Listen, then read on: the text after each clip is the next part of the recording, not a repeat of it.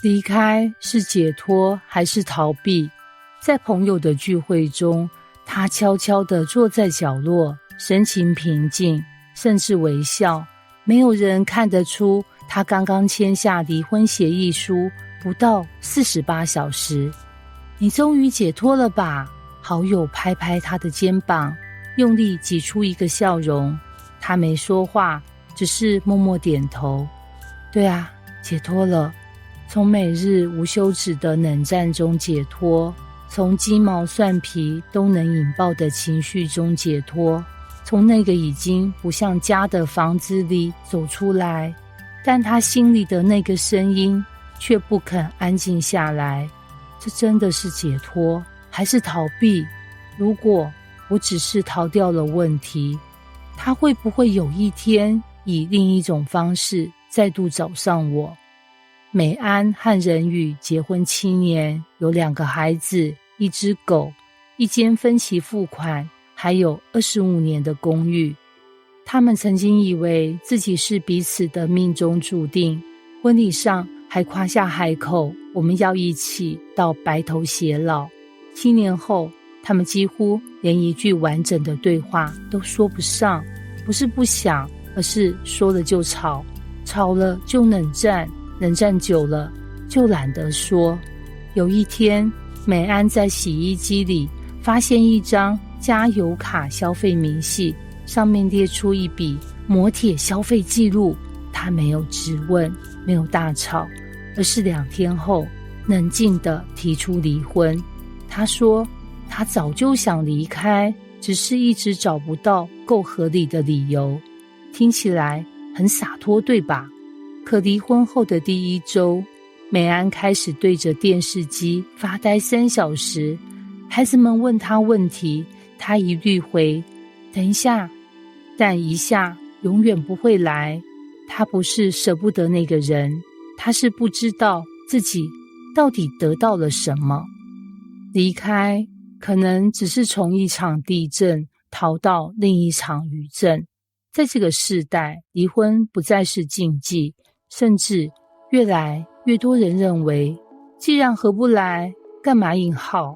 确实，没有人该活在长期虐待或极度不健康的关系中。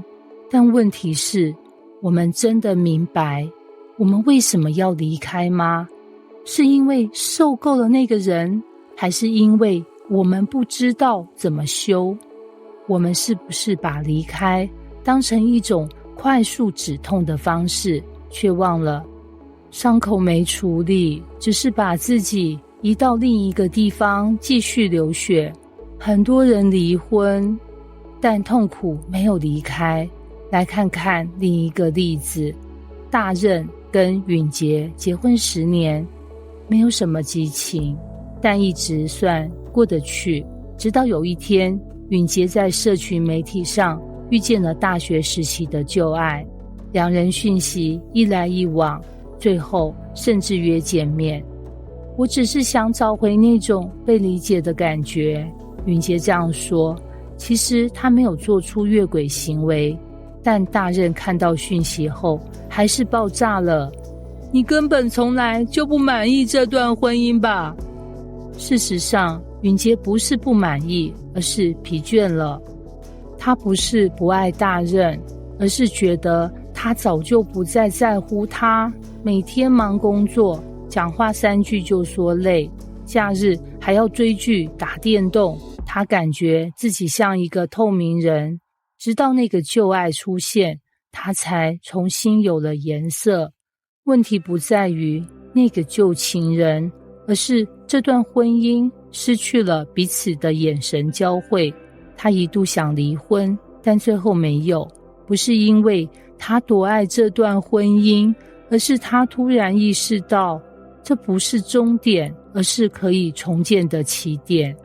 那个你以为离了就很好的问题，其实跟着你走。你曾经想过吗？我们很多婚姻里的问题，其实不是婚姻创造出来的，而是婚姻暴露出来的。你在婚姻中觉得自己不被尊重，也许是你从小就对自己没信心，总觉得别人瞧不起你，你觉得对方控制你，扼杀你的自由。也许是你从未建立清楚的界限，一路从恋爱到婚姻都在配合，而非建立共识。当你离婚了，问题真的会消失吗？还是会带着这些未爆弹走入下一段关系，下一场人生，然后再次爆炸？离婚不是失败，但逃避却是。有时候停下来比逃开去更有智慧。当一台车抛锚，最直觉的反应是什么？离开？搭计程车走人？还是先下来检查哪里出了问题？婚姻关系也一样，我们常常一遇到撞墙期就想干脆放弃，却没想过也许我们只是该暂停，该送修，甚至该找个懂的人帮忙看看。大任后来和允杰一起去上了婚姻辅导课，两人第一次在3年内好好坐下来说出心里话，哭了吵了，但也听见了彼此沉默背后的呼救。他们说，原来我们不是不能救，而是太久没停下来好好看这段关系。离婚不是罪，但不面对自己是灾难。请记住这句话，离婚不一定是失败，但如果你什么都没学到，那才是真正的失败。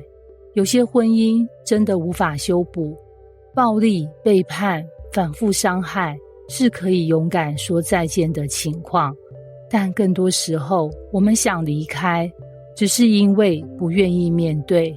面对什么？面对自己的情绪，面对自己没说出口的需求，面对自己从没学过如何经营关系，面对爱一个人不只是感觉，而是选择与练习。结语不是结束，是重建的开始。破碎不是句点，它可能是逗号，甚至是一个冒号。破碎因为新的建造又开始了。离开不是错，但要问清楚自己，你离开的是那个人，还是你没处理的伤？你寻找的是自由，还是没有压力的幻觉？因为婚姻不是用来逃避孤单，而是学会在关系中成长。所以破碎的婚姻不是结束，是重建的开始。如果你准备好了，我们下一刻继续走下去。别怕，重建婚姻也是在重建你自己。